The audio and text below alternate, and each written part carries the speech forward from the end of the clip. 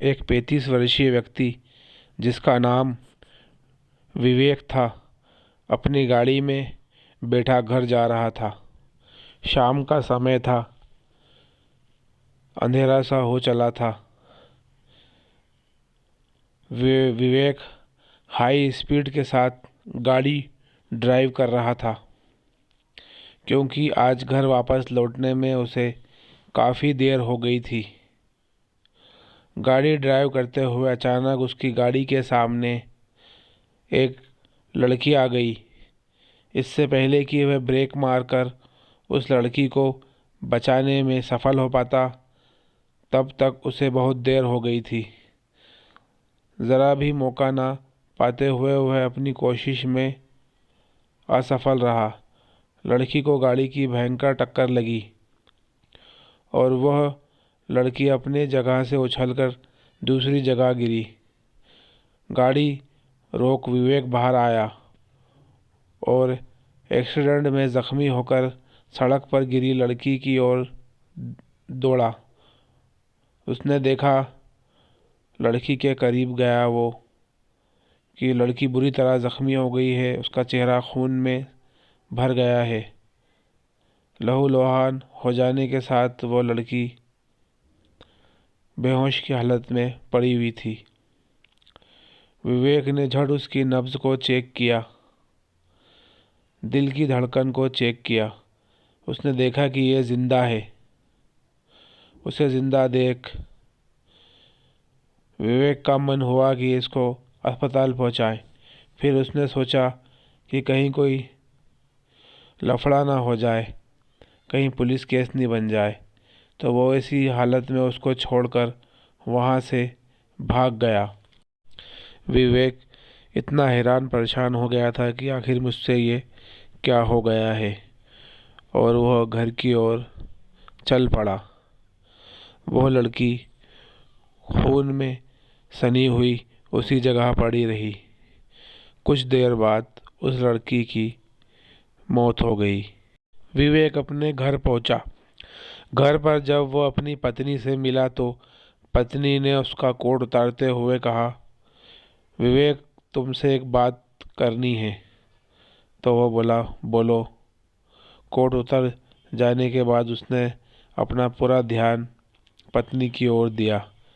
एक लड़की है, बहुत गरीब थी और बेसहारा भी है, तो मैंने उसको काम पे रख लिया है। उसको काम की तलाश थी। वो घर के सभी काम करेगी। और एक बात और है। विवेक बोला, बोलो।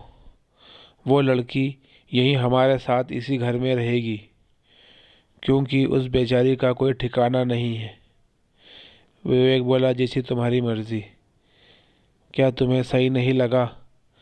तब विवेक ने बोला, मैंने ऐसा कब कहा? पर तुम सही ढंग से मेरी बात का जवाब तो नहीं दे रहे हो। वो दरअसल आज मैं बहुत थक चुका हूँ। ऑफिस में काम ज़्यादा था। बाकी तुम्हारी किसी भी मर्ज़ी पर मुझे बिल्कुल एतराज़ नहीं।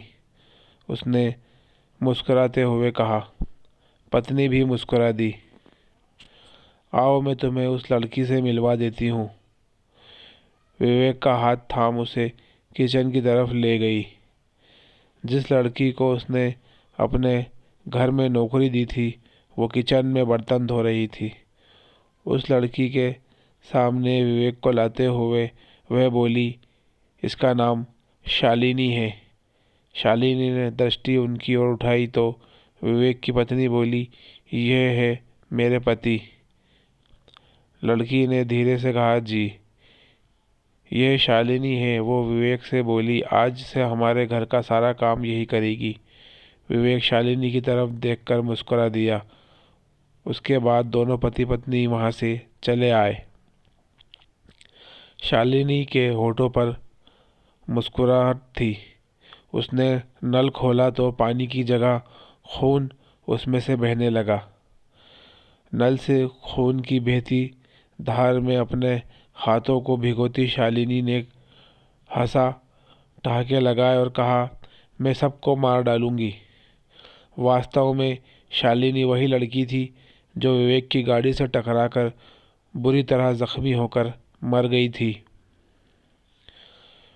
विवेक उसे इसलिए नहीं पहचान पाया था क्योंकि उसने अपना रूप बदल लिया था।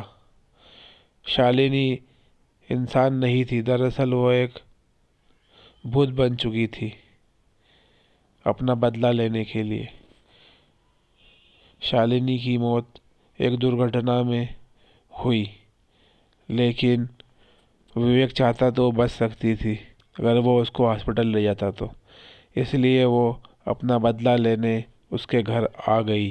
रात का 1 बजे का समय था।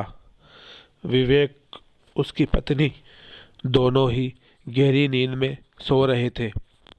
अचानक पत्नी को सुनाई दिया कि कोई किचन में बर्तनों के साथ छेड़छाड़ कर रहा है। बर्तनों की आवाज़ कान में पड़ने के बाद वो जाग गई थी, मगर जल्द ही फिर से सोने की कोशिश करने लगी थी। 30 मिनट गुजर गए। बर्तनों की आवाज़ बार बार आती रही। तंग आकर वो उठी और किचन की तरफ चल दी।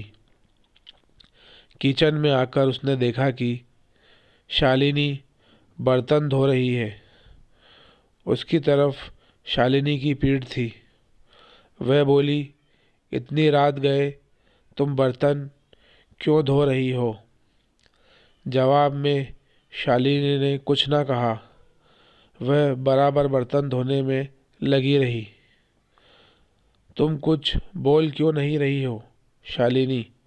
कहते कहते वो शालिनी के करीब चली गई। उसके बराबर में आकर खड़ी हो गई, परंतु शालिनी फिर भी खामोश रही। उसकी खामोशी से परेशान आकर वो ज़रा तेज़ आवाज़ में बोली, कुछ तो कहो। इसी के साथ शालिनी ने अपना चेहरा उसकी तरफ घुमा दिया।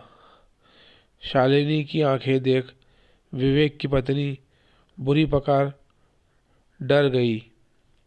उसके हलक से आवाज़ तक नहीं निकल पाई। वह दीवार से टेका लेकर जो की त्यों खड़ी रह गई। दरअसल शालिनी की आंखें सफ़ेद बल्ब की मानिंद चमक रही थी। एक क्षण भी न गंवाते हुए शालिनी ने उसका गला दबा दिया। शीघ्र ही शालिनी ने उसका गला दबाया तो वह फड़फड़ाते हुए अपना दम तोड़ दिया।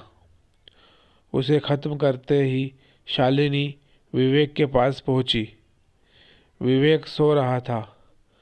वहां उसके करीब लेट गई। इसी के साथ उसने विवेक को जगा दिया। विवेक ने शालिनी का यह डरावना रूप देखा तो झट वहां से भागने की कोशिश की। इससे पहले कि वो भाग पाता, शालिनी ने उसे पकड़कर वहीं लिटा लिया और बोली, तुम जानते हो मैं कौन हूँ?